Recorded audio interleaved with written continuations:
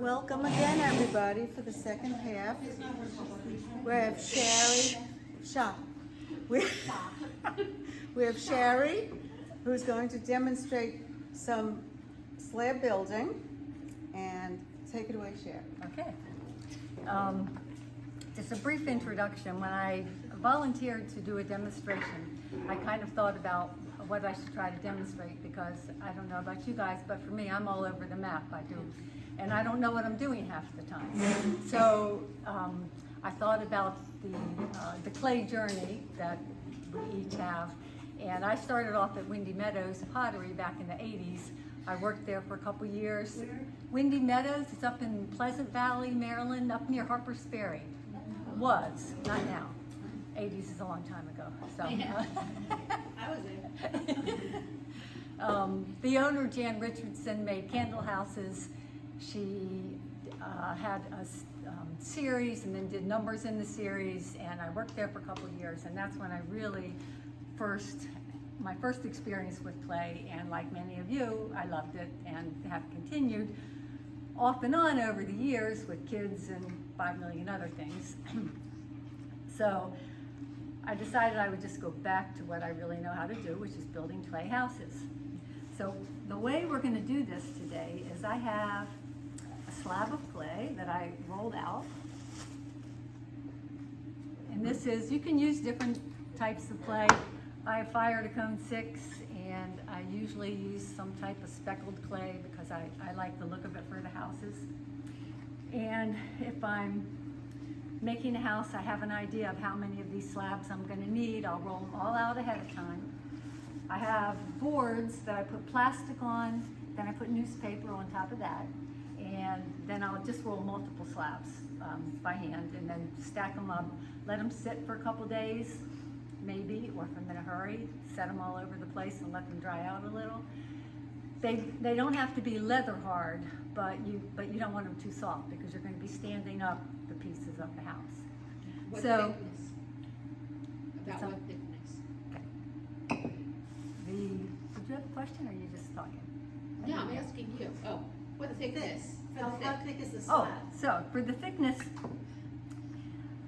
I thought it was a 1/4 inch until I actually measured it for this presentation. There you go. And that's what I always thought. However, I measured it, and it's really a little thinner than a 1/4 inch.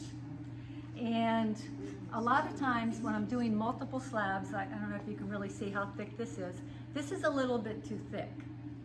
So, but when you're rolling lots of them, you can't really roll them necessarily thin enough. So they're still going to get hard.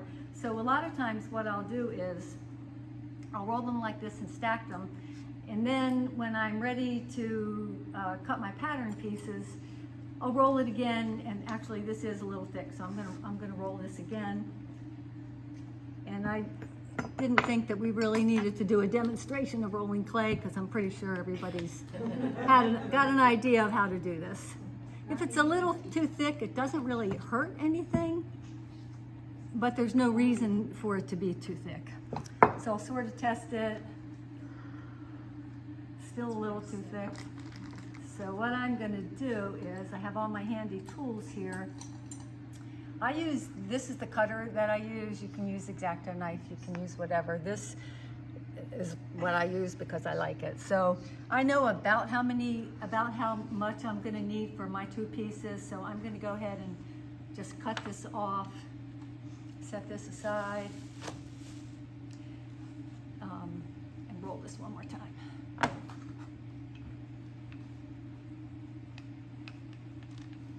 Okay, that looks about right.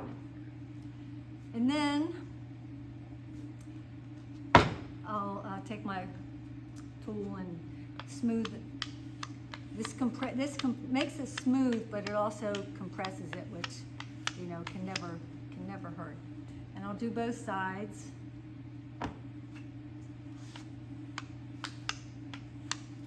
It's not super important to do this part, but it feels good, and I think it's a good idea. So, for the houses,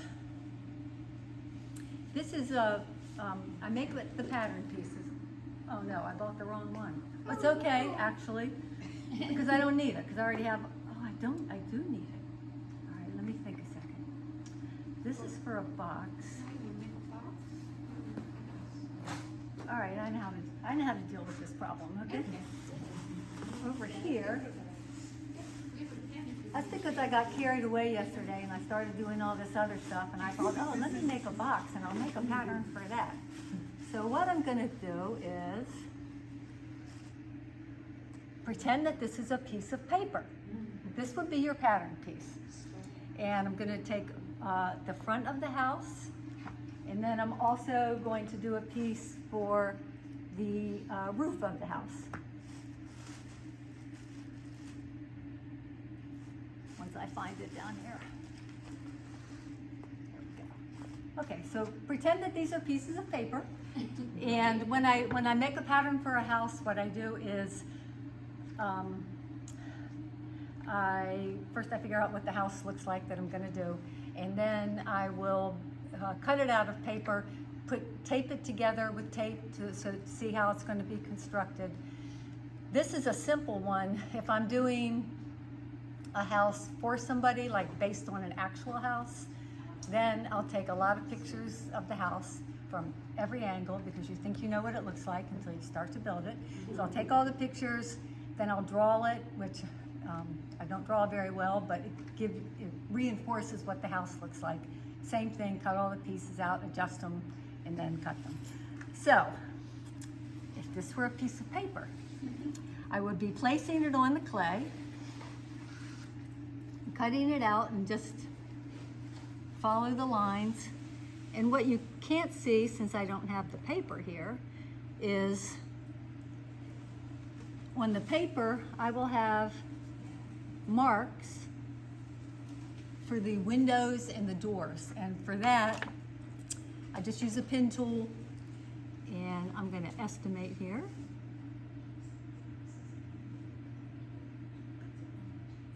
Okay. So for my first piece here, this would be the front of the house. I've got marks for the windows, marks for the doors. Then I have molds that I've made. These are plaster molds. I have some out of bisque. Most of the ones I have are plaster.